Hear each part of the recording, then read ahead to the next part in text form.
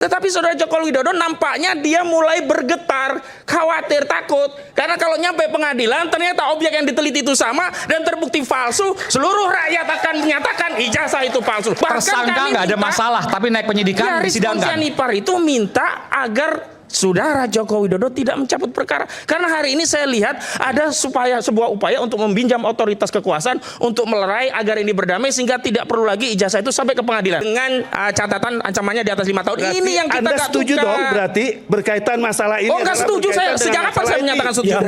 Saya tidak pernah setuju. Tadi katanya udah mengatakan bahwa kalau memang itu undang-undang IT, gunakan ini kan undang-undang IT. dicampur, di blender. Gimana Okezoners? Seru kan episode Rakyat Bersuara kali ini? Sebelum lanjut nonton, jangan lupa like, komen, dan subscribe. Kalau udah, yuk kita lanjut nonton lagi.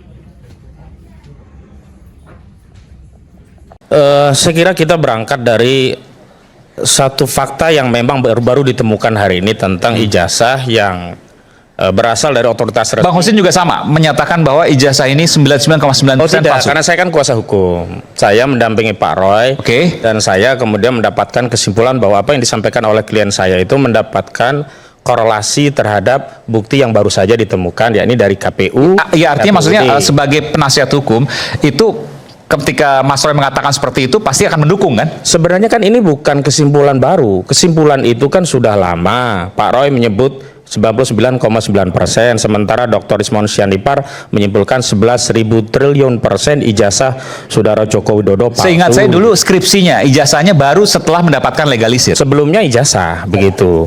Nah, silakan. Hanya saja dulu kami ya, tim kuasa hukum juga berpraduga, jangan-jangan objek yang diteliti oleh Pak Roy dengan Pak Risman itu berbeda dengan ijazah yang dimiliki oleh saudara Joko Widodo, karena selama ini saudara Joko Widodo enggan untuk menunjukkan ijazahnya. Oh, kami menganggap ada jebakan dari saudara Joko Widodo, ternyata objeknya berbeda, sehingga ketika membuat penelitian dengan objek yang berbeda, wajar kalau klien kami dianggap mencemarkan, merendahkan serendah-rendahnya, menghinakan sehina-hinanya. Tapi begitu kami mendapatkan dokumen yang itu mengkonfirmasi bahwa ijazah yang dipegang saudara Joko Widodo sama dan sebangun dengan apa yang dimiliki oleh KPU, dan itu pula yang dimiliki oleh Pak Roy Suryo, artinya objek yang diteliti sama. Jadi tidak keliru kalau kemudian itu justru menegaskan penelitian dari Roy Suryo dan Rismon Hasifullah Sianipar ini makin dikuatkan dengan temuan data itu. Apa sih yang menjadi penyebab dulu masih ada keraguan tentang penelitian itu? Karena objeknya dianggap berbeda. Karena sebelumnya apa yang diunggah oleh Dian Sandi dibantah, yang kemudian dikeluarkan Sigit Sunarta dibantah, bahkan yang oleh Barreskrim pun dianggap berbeda. Dan terakhir kami mendapatkan informasi dari penyidik saat klien kami hendak diperiksa saat BAP, dimintakan untuk bisa menunjukkan sebelum pemeriksaan, penyidik menyatakan itu sedang diperiksa, tidak ditunjukkan. Nah, kesimpulannya inilah yang membuat apa yang sebelumnya diyakini makin diyakini karena objeknya sama. Itu satu soal. Yang kedua sebenarnya bentar Mas Gus. Dengan adanya salinan ini dan kemudian semakin meyakini, bahkan mengatakan 99,9% palsu, apa langkah hukum yang dilakukan? Kan biasanya begini, kalau seandainya ada penyidikan dari satu sisi, maka ketika ada keyakinan di sisi lain, akan ada perlawanan hukum. Ya justru itulah kami beberapa waktu lalu datang ke Barreskrim Mabes Polri untuk meminta proses penyelidikan yang sebelumnya oleh Direktur Tindak Pidana Umum Barreskrim Mabes Polri dihentikan di tingkat penyelidikan untuk dibuka kembali. Kenapa demikian? Karena kalau penghentian penyelidikan itu tidak memerlukan proses baru untuk digugat misalkan, berbeda dengan penghentian penyidikan SP3, itu baru bisa ditindaklanjuti kalau ada proses pra peradilan. Sementara penghentian yang dilakukan oleh Barreskrim Mabes Polri itu di tingkat penyelidikan, yang artinya kapanpun ketika ada bukti yang mengkonfirmasi temuan dari pihak Pak Roy Suryo itu menguatkan, nah ini bisa dibuka kembali. Soalnya sebenarnya sederhana, kalau saja Barreskrim mampu membuka kembali dan kemudian diadu saja loh ya, hasil dari Barreskrim seperti apa, hasil dari Pak Roy juga Pak Risma seperti apa, objeknya apakah sama atau berbeda. Ketika dipertemukan ternyata objek yang diteliti sama, maka Pak Roy jangan salah kemudian kalau menyimpulkan itu 99,9% palsu. Tinggal apakah pendapat dan kesimpulan dari tataran ilmiah ini akan sesuai sejalan dengan yang dimiliki Barreskrim. Problemnya hari ini yang dimiliki Barreskrim tidak pernah kita ketahui objeknya yang mana, barang itu yang mana sebenarnya yang diteliti oleh Barreskrim. Nah, karena itu agar kita semua mengetahui, transparan, objektif, sehingga tidak ada tafsir dari kubu Roy seperti ini, dari kubu saudara Jokowi seperti ini, ya sudah buka saja. Tapi ada jalan tengah sebenarnya. Jalan tengahnya adalah subjektivitas saudara Joko Widodo. Kalau benar saudara Joko Widodo ingin melerai anak bangsa, tunjukkan dan persilahkan untuk diteliti. Sebagaimana apa yang disampaikan oleh Prof. Komarudin Hidayat. Beliau menyampaikan kalau itu asli, silahkan diteliti, silahkan semua diuji, lalu selesai. Tidak perlu lagi ada termul dan seterusnya. Ini kan membelah anak bangsa begitu loh. Iya, Tapi saya justru mau masuk ke objek yang pertama. Kita kan hari ini sedang diskusi soal orang yang nanti kita akan bicara. Nanti kita bicara terpidana.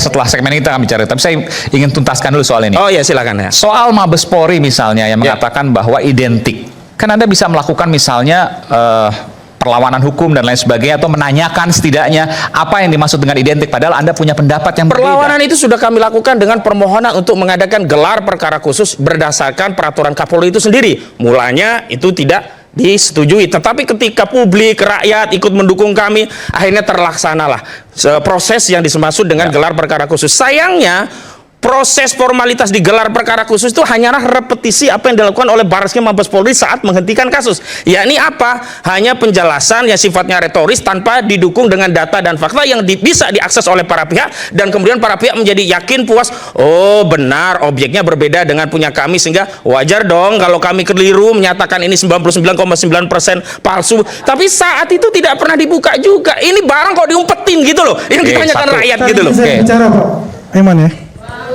Oh maaf, saya keberatan. Keberatan tidak Nanti nggak diundang imbang, bicara. Bang Andi, nanti nggak imbang. Bang, jadi nggak perlu saya ngomong. Nggak imbang, nggak usah. Nanti nggak imbang. Kecuali kalau menyebut Udah, nama Roy, Bang diam Andi, aja, Roy. nanti saya berikan kesempatan. Diam Ya. aja kau. Apa kamu? udah. Dan tambahannya kan sebenarnya begini. Udah. Awalnya Kamu buka kasus baju ini aja sebentar udah. Pak Roy. Awalnya kasus ini sebenarnya bisa diselesaikan dengan pendekatan Bang Husin, petun. sebentar. Ini soal Mabes Polri, oke ya. Satu oke. hal, masih ada jalan lain. Soal UGM tadi sampaikan oleh Mas Roy Suryo, ada sesungguhnya yang bisa dilaporkan terkait dengan, karena gini, bayangan saya ketika ada satu keyakinan akan sebuah data dan lain sebagainya, ya maju aja. Kalau seandainya ada yang berseberangan, tentu bisa dilakukan perlawanan hukum. Misalnya kalau soal UGM yang menyatakan bahwa pernah kuliah, asli dan seterusnya. Tapi Mas Roy tadi katakan berbeda. Kenapa juga tidak dilakukan gugatan? Begini, hari ini kan posisi klien kami itu tidak equal dengan posisi pelapor. Terbukti Maksudnya, tidak aktual, Pak.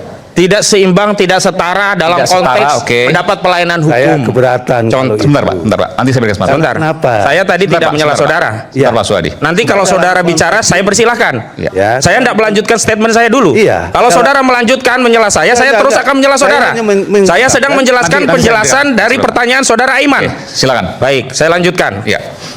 Jadi persoalannya adalah bahwa ketika, silakan tepuk tangan dulu. Oke. Ya, baik. Ketika kami mengadukan di Barreskrim, itu perkara dipotong sama persis ketika gugatan-gugatan ini diajukan, baik di Pengadilan Jakarta Pusat, Surakarta, Bantul, semuanya dieksepsi. Ketika peradilan itu mengeksepsi dan menyatakan tidak berwenang, maka peradilan itu tidak bisa masuk pokok perkara, sehingga janji saudara Joko Widodo yang menyatakan akan menunjukkan ijazahnya di pengadilan itu tidak bisa ditunaikan dengan dalih alasan, oh tidak bisa masuk ke pokok perkara karena dieksepsi. Tengok saja, cek saja, semua gugatan itu dinyatakan di NO tidak dapat diterima. Nah, problem berikutnya adalah apakah proses ini bisa masuk ke pokok perkara sehingga bisa mengadili melihat perkara. Satu-satunya jalan adalah sekarang yang tertinggal adalah kasus pidana yang dilaporkan saudara Joko Widodo di Polda. Tetapi saudara Joko Widodo nampaknya dia mulai bergetar, khawatir, takut, karena kalau nyampe pengadilan ternyata objek yang diteliti itu sama dan terbukti palsu, seluruh rakyat akan menyatakan ijazah itu palsu di depan pengadilan. Sebentar gini, berarti Bung Hozin dan kawan-kawan ini justru malah ingin kasus ini segera naik penyidikan, segera disidangkan. Iya.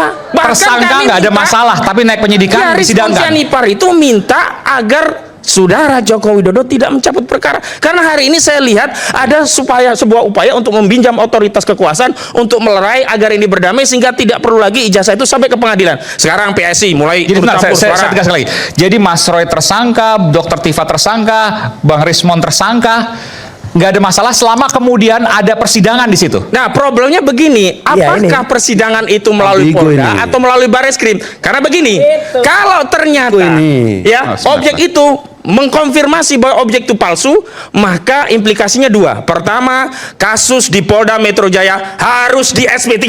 Yang kedua, kasus di Barreskrim harus dibuka kembali. Jangan memaksakan peradilan pada proses yang ada pada klien kami sebagai terlapor. Ini yang saya sebut tidak equal, ini yang sebut tidak adil, ini yang sebut sejak dulu kami mempertimbangkan banyak hal untuk mengambil upaya hukum. Kenapa? Khawatirnya justru akan melegitimasi seperti apa yang sudah dilakukan kawan-kawan di beberapa pengadilan di NU. Itu pun ketika di NU dia ambil alih, diadopsi seolah-olah saudara Jokowi sudah menang, padahal NU yang namanya NU itu kosong-kosong. Jadi tidak ada alasan bagi kami untuk khawatir apalagi gentar terhadap persoalan yang sudah diajukan ke pengadilan. Bahkan Rismon Sianipar Hasiolan sudah mengeluarkan effort yang besar untuk melanjutkan itu, dan kami melayani itu dengan agar Barreskrim membuka kembali. Dan silahkan Barreskrim punya ahli, ayo kita adu dengan Dr. Roy Suryo dan Dr. Rismon Sianipar Hasiolan, dan biarkan rakyat melihatnya, jangan ada yang ditutup-tutupi lagi. Oke, baik. Boleh saya tanggapi? Jadi begini ya, berkaitan dengan gugatan-gugatan yang ada di Pengadilan Negeri Jogja, Solo, dan lain sebagainya, itu berkaitan dengan ijazah. Kalau kita pahami ijazah itu adalah produk administrasi, berarti itu nggak bisa diajukan kepada pengadilan negeri. Itu yang harus dipahami. Nah, berkaitan dengan masalah gugatan-gugatan yang ada, karena ini ranahnya bukan ranahnya pengadilan negeri, adalah pengadilan tata usaha negara, wajar kalau itu dilakukan penolakan. Jadi nggak ada yang salah dalam konteks ini. Apa yang salah? Jadi kita pahami dulu antara objek ijazah dengan perkara yang diajukan.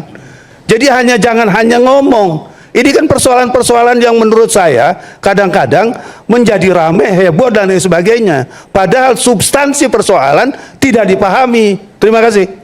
Oke, silakan. Justru saudara yang tidak paham. Saya menangani kasusnya sejak lama. Saya sudah katakan Saya tanya dulu. Saya tanya dulu. Adalah ini ada satu objek yang bisa diuji melalui 3 pendekatan. Pertama melalui PT UN, karena ini besiking keputusan tata usaha negara atau badan pejabat tata usaha negara. Karena sudah lewat 90 hari pasal 55 Undang-Undang Peratun, sehingga tidak mungkin. Maka masuk ke perdata PMH. Karena apa? Memalsukan ijazah itu jelas perbuatan melawan hukum.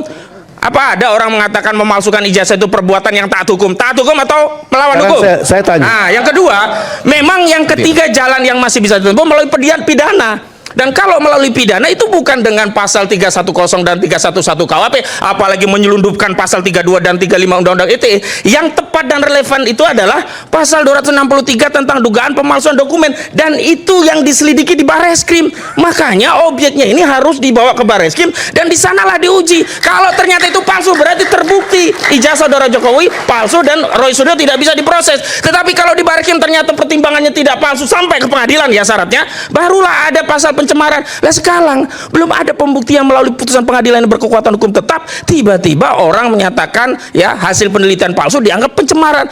Lama-lama kemudian dimunculkan pasal 32 dan 35 dan kemudian orang-orang ini menuntut untuk ditahan. Nah, tuntutan penahanan itu mengkonfirmasi benar praduga kami bahwa ada penyelundupan pasal. Kenapa? Kalau 310, 311 KUHP itu di bawah 5 tahun nggak bisa untuk nahan. Artinya benar bahwa penyelundupan pasal 32 dan pasal 35 Undang-Undang ITE adalah niat jahat saudara Joko Widodo agar bisa menahan orang yang dilaporkan, walaupun dia hanya menyatakan ya menghinakan dan juga melakukan fitnah kepada dirinya. Begitu. Sebentar, saya tanggapi dulu.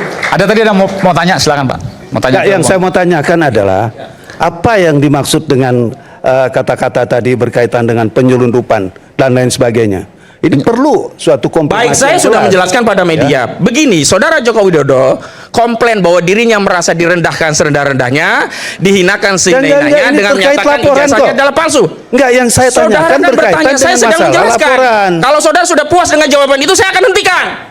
Loh, kan yang saya tanyakan merendahkan seperti apa yang dimaksudkan. Makanya yang merendahkan itu karena disebut ijazahnya palsu. Yang dilaporkan itu berkaitan dengan undang-undang IT.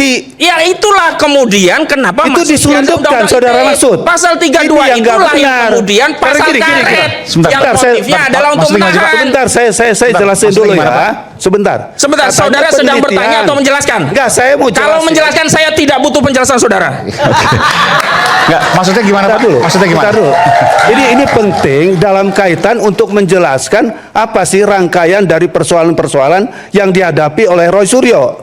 karena ada persoalan. Masa penelitian langsung menuduh ini palsu dan lain sebagainya.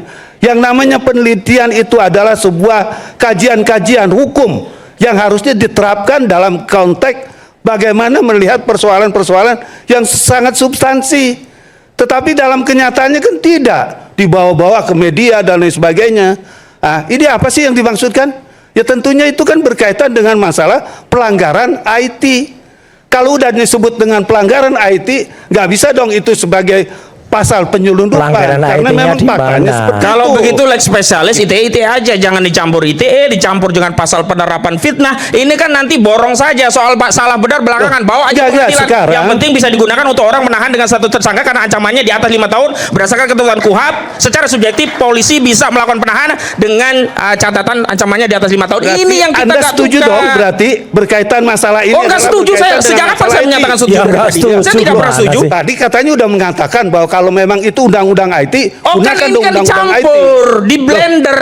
Ada pidana umum, ada Sekarang saya pidana tanyakan, ITE. apakah itu salah dalam hukum Nah, itulah acara? yang saya sebut ada motif untuk menahan klien saya. Ya, wajar aja dong kalau Ya, memang nggak ada boleh, ini kesempatan. negara Nggak hukum. boleh. Itu namanya jahat.